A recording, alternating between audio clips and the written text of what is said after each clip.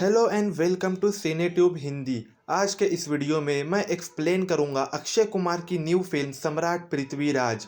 इसलिए आप लोग वीडियो के एंड तक बने रहिएगा।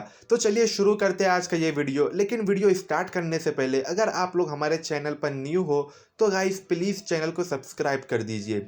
So let's start the video और देखते हैं सम्राट पृथ्वीराज की कहानी। फिल्म शुरू होती है और हम देखते हैं कि अजमेर के राजा पृथ्वीराज चौहान और कन्नौज की राजकुमारी संयोगिता ये दोनों एक दूसरे से प्रेम करते हैं। फिर ऐसे ही स्टोरी आगे बढ़ती है और हमें पता चलता है कि गजनवी के सुल्तान मोहम्मद गौरी का भाई मीर वहां से भाग कर आया है अजमेर में पृथ्वीराज की शरण में अपनी जान बचाते हुए।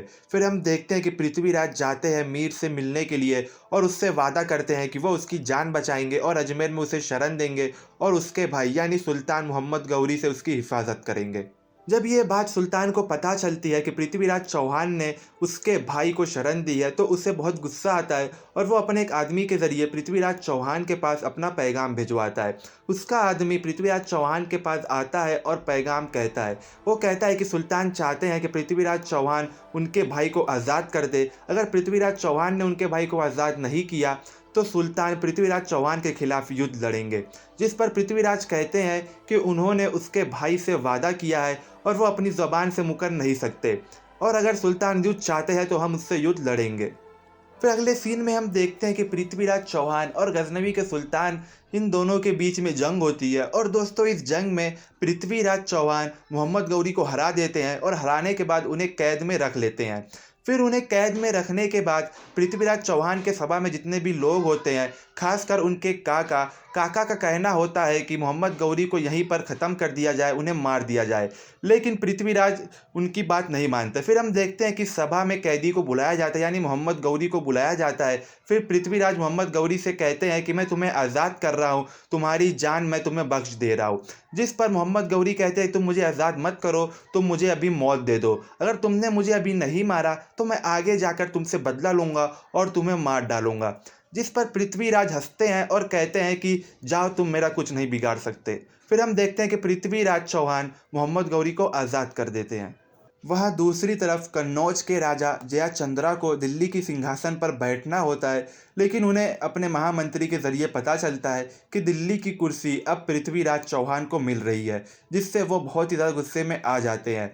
और दोस्तों संयोगिता इन्हीं की बेटी होती है। फिर अगले सीन में हम देखते हैं कि पृथ्वीराज चौहान की सभा में एक आदमी कन्नौज के राजा का पैगाम लेकर आता है, जो पृथ्वीराज चौहान से कहता है कि उनके राजा चाहते हैं कि पृथ्वीराज उनके सामने झुक जाए और दिल्ली की आधी राज्य उनके नाम कर दे। अगर उन्होंने ऐसा नहीं किया तो कन्नौज के राजा उनके खिलाफ युद्ध लड़ेंगे और उन्हें हरा देंगे और पूरी दिल्ली पर कब्जा कर लेंगे। जिस पर पृथ्वीराज चौहान की सभा में जितने भी लोग होते हैं और साथ में उनके काका सब बहुत गुस्से में आते हैं और इसके जवाब में पृथ्वीराज चौहान भी यही कहते हैं कि जाकर तुम अपने राजा से कह दो मैं उन्हें कुछ भी नहीं दूंगा और मैं उनसे युद्ध करने के लिए तैयार हूँ।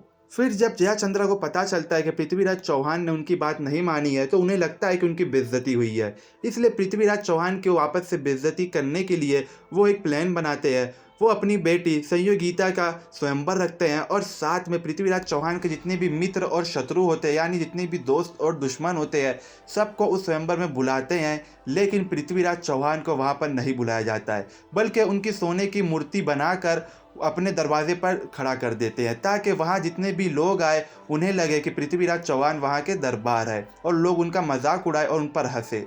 और जब ये बात संयोगिता को पता चलता है कि पृथ्वीराज चौहान का पुतला बनाकर दरबारियों के बीच में खड़ा किया गया है तो उसे बहुत गुस्सा आता है और वो गुस्से में अपने पिता के पास जाती है और कहती है कि पृथ्वीराज चौहान जैसे महान इंसान का पुतला मंदिरों में होना चाहिए और आपने उनका पुतला दरबारों के बीच में खड़ा किया गया है। तो उस पर उसके पिता कहते हैं कि पृथ्वीराज चौहान तुम्हारा क्या लगता है, वो मेरा दुश्मन है इसलिए मैंने उसके साथ ऐसा किया है। और इस सवाल के जवाब में संयोगिता कहती है कि मैं उनसे प्रेम करती हूँ और मैं उनके बिना नहीं रह नहीं सकती, अगर मेरी शादी होगी तो सिर्फ पृथ्वीराज चौहान के साथ ही होगी। ये कहकर संयोगिता वहाँ से चलती है, लेकिन ये सुनकर उसके पिता बहुत ही गुस्से में आ जाते हैं। फिर अगले दिन हम देखते हैं कि संयोगिता के स्वयंवर वाला दिन आता है और वहाँ पर बहुत सारे राजकुमार आते हैं संयोगिता से शादी करने के लिए। लेकिन भरी सभा में वहाँ पर संयोगिता आ जाती है और अपने पिता और सारे राजकुमारों के सामने कह देती है कि वो शादी करेगी सिर्फ पृथ्वीराज चौहान के साथ ही करेगी और किसी के साथ नहीं। फिर हम देखते हैं कि संयोगिता वहाँ से निकल कर जाती है उस पुतले के पास जहाँ पृथ्वीराज चौहान का पुतला होता है। फिर वो एक हार पृथ्वीराज चौहान के पुतले में डाल देती है और कहती है कि मैंने अब पृथ्वीराज चौहान को अपना पति मान लिया है। ये देखकर उनके पिता बहुत ही गुस्से में आ जाते हैं और उसे मारने ही वाले होते हैं। तभी हम देखते हैं कि पृथ्वीराज चौहान अपने आदमियों के साथ घोड़े पर बैठकर वहाँ पर आ जाते हैं और कन्नौज के राजा और सभी लोगों के सामने संयोगिता को अपनी पत्नी स्वीकार कर लेते हैं और उसे घोड़े पर बिठाकर वहां से चले जाते हैं। ये सब देखकर कन्नौज के राजा जयाचंद्र को और भी ज़्यादा गुस्सा आ जाता है और उन्हें लगता है कि उनकी बहुत ही ज़्यादा बेइज्जती हुई है और इस अपमान का बदला लेने के लिए वो और प्लानिंग करते हैं कि कैसे वो पृथ्वीराज चौहान को हराए, उन्हें मारे और अपने इस अपमान का बदला ले।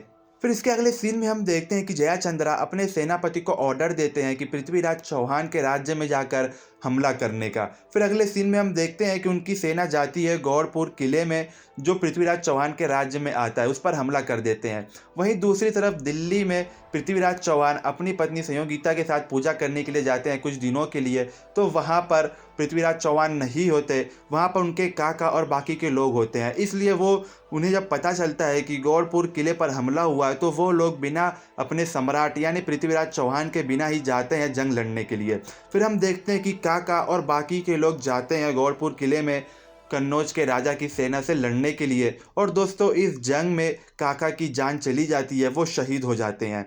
जब पृथ्वीराज चौहान को ये बात पता चलती है कि उनके काका की अब मौत हो चुकी है, वो इस दुनिया में नहीं रहे, तो उन्हें बहुत ही ज़्यादा गुस्सा आता है और वो ठान लेते हैं कन्नौज पर हमला करने का और इस युद्ध को हमेशा के लिए ख़त्म करने का। वहीं दूसरी तरफ कन्नौज के राजा जयाचंद्रा अपनी पावर बढ़ाने के लिए एक सौदागर को बुलाते हैं। दोस्तों इस सौदागर से कन्नौज के राजा कहते हैं कि जाओ मोहम्मद गौरी के पास यानी गजनवी के सुल्तान के पास और उससे कहो कि उन्हें जो भी चाहिए मैं दूंगा, बस बदले में वो उनकी मदद करे और पृथ्वीराज चौहान को पकड़कर मेरे सामने लेकर आए। फिर अगले सीन में हम देखते हैं कि वो सौदागर जाता है सुल्तान मोहम्मद गौरी के पास और कहता है कन्नौज के राजा ने उन्हें भेजा है एक सौदा करने के लिए। सौदा ये है कि वह उन्हें ढेर सारे पैसे देंगे, बस बदले में मोहम्मद गौरी पृथ्वीराज चौहान को पकड़कर उनके हवाले कर दे। फिर मोहम्मद गौरी इस सौदे को कबूल कर लेते हैं क्योंकि वो एक तीर से दो निशाना करना चाहते थे। एक तरफ उन्हें पृथ्वीराज चौहान भी मिल जाता और दूसरी तरफ वो दिल्ली की कुर्सी पर भी बैठ जाते, यानी वो कन्नौज के राजा को धोखा देकर दिल्ली पर कब्जा कर लेते। फिर अगले सीन में हम देखते हैं कि सुल्तान अपने आदमी के जरिए पैगाम भिजवाते हैं पृथ्वीराज चौहान के यहाँ पर जंग का। फिर हम देखते हैं कि सम्राट पृथ्वीराज चौहान भी जंग का कबूल कर लेते हैं और इन दोनों के बीच में यानी सम्राट पृथ्वीराज चौहान और गजनवी के सुल्तान मोहम्मद गौरी के बीच में जंग की तैयारी शुरू हो जाती है। और जंग पर जाने से पहले पृथ्वीराज चौहान अपनी पत्नी संयोगिता से कहते हैं कि जब मैं जंग पर जाऊंगा तो दिल्ली की गद्दी तुम्हारी हो जाएगी और सारे निर्णय तुम लोगी। फिर हम देखते हैं कि पृथ्वीराज चौहान और मोहम्मद गौरी के बीच में वापस से जंग होती है। और दोस्तों ये जंग बहुत ही लंबी चलती है, इसलिए दोनों पक्ष के लोग रात में अपना अपना खेमा बनाकर आराम करते हैं। और तभी इसी दरमियान सुल्तान यानी मोहम्मद गौरी प्लानिंग करते हैं कि रात में ये लोग जाएंगे दूसरे खेमे में यानी पृथ्वीराज चौहान के खेमे में जाएंगे और चोरी छुपे उनके खेमे में आग लगा देंगे। फिर ये लोग वैसा ही करते हैं, रात के अंधेरे में चोरी छुपे ये लोग जाते हैं पृथ्वीराज चौहान के खेमे में और आग लगा देते हैं और धोखे से पृथ्वीराज चौहान और उनके कुछ आदमियों को ये लोग बंधक बना लेते हैं। और जब ये बात दिल्ली में संयोगिता को पता चलती है कि पृथ्वीराज चौहान को पकड़ लिया गया है और मोहम्मद गौरी की सेना दिल्ली की तरफ आ रही है उनके महल पर कब्जा करने के लिए, तो संयोगिता अपनी महिलाओं के सम्मान के लिए डिसाइड करती है जौहर का। फिर हम देखते हैं अगले सीन में कि संयोगिता और उस महल के जितने भी महिलाएं होती हैं वो लोग अपने आत्मसम्मान के लिए जौहर कर लेते हैं, यानी वो लोग आग में कूद जाते हैं। वहाँ दूसरी तरफ समय और गुजर जाता है और हमें पता चलता है कि सुल्तान ने पृथ्वीराज चौहान की आग जला दी है, निकाल ली है, यानी पृथ्वीराज चौहान को अब दिखाई नहीं देता। फिर अगले सीन में हम देखते हैं कि पृथ्वीराज चौहान को एक स्टेडियम में खड़ा किया जाता है मुकाबले के लिए और उनके सामने 3 शेर भेजे जाते हैं। यानी पृथ्वीराज चौहान जो अब उन्हें दिखाई नहीं देता, फिर भी उनके सामने 3 शेर भेजे जाते हैं लड़ाई करने के लिए। फिर भी पृथ्वीराज चौहान उन शेरों को हरा देते हैं और उन्हें मार देते हैं। फिर शेरों से लड़ने के बाद जब सुल्तान को पता चलता है कि पृथ्वीराज चौहान इन शेरों को मार चुके हैं, तो सुल्तान को गुस्सा आता है। इसलिए सुल्तान पृथ्वीराज चौहान से एक और मुकाबले की गुजारिश करता है। सुल्तान सम्राट पृथ्वीराज चौहान को 7 तीर कमान देता है और कहता है कि अगर तुम मेरे 7 घुड़सवारों में से एक को भी मार दिए तो मैं तुम्हें यहाँ से छोड़ दूंगा। जिस पर सम्राट पृथ्वीराज चौहान सुल्तान से कहते हैं कि मुझे 7 तीर कमाने की ज़रूरत नहीं है और 7 घुड़सवारों को मारने की ज़रूरत नहीं है। क्यों ना सिर्फ एक तीर कमान और सामने तुम हो और हम दोनों के बीच में मुकाबला हो। यानी सम्राट पृथ्वीराज चौहान मोहम्मद गौरी को चुनौती देते हैं 1 to 1 फाइट का, जिस पर मोहम्मद गौरी इस चुनौती को कबूल कर लेते हैं क्योंकि उसे लगता है कि सम्राट पृथ्वीराज चौहान को दिखाई नहीं देता तो वो इतनी दूर से क्या ही उन पर हमला करेगा तीर कमान से। फिर हम देखते हैं कि सम्राट पृथ्वीराज चौहान और मोहम्मद गौरी के बीच में एक आखिरी लड़ाई होती है। भले ही सम्राट पृथ्वीराज चौहान को दिखाई ना देता हो, फिर भी वो इतने बहादुर होते हैं और इतने अक्लमंद होते हैं, वो अपनी काबिलियत के ज़रिए मोहम्मद गौरी को तीर से मार देते हैं। फिर हम देखते हैं कि मोहम्मद गौरी अपने घोड़े से नीचे गिर जाते हैं और उसकी जान चली जाती है। फिर उनके सुल्तान के मरने के बाद उनके सेनापति और जितनी भी सेना वाले लोग होते हैं उन्हें बहुत ज़्यादा गुस्सा आ जाता है। वो लोग सम्राट पृथ्वीराज चौहान के ऊपर तीर कमान की बारिश कर देते हैं और हम देखते हैं कि सम्राट पृथ्वीराज चौहान के जिस्म में बहुत सारे तीर घुस चुकी है और एट दी एंड सम्राट पृथ्वीराज चौहान वहीं पर गिर जाते हैं और शहीद हो जाते हैं, उनकी मौत हो जाती है। और दोस्तों ये फिल्म यहीं पर ख़त्म हो जाती है। तो दोस्तों ये थी पूरी फिल्म की कहानी। आप लोगों को इस फिल्म की कहानी कैसी लगी प्लीज़ कमेंट में ज़रूर बताना, और आप लोगों को ये वीडियो कैसा लगा प्लीज़ ज़रूर कमेंट में बताना। अगर आप लोगों को ये वीडियो अच्छा लगा हो तो प्लीज़ वीडियो को लाइक कर देना, और दोस्तों चैनल को सब्सक्राइब करना बिल्कुल मत भूलना। मिलता हूँ आप लोगों से नेक्स्ट वीडियो में, तब तक के लिए जय हिंद, अलविदा।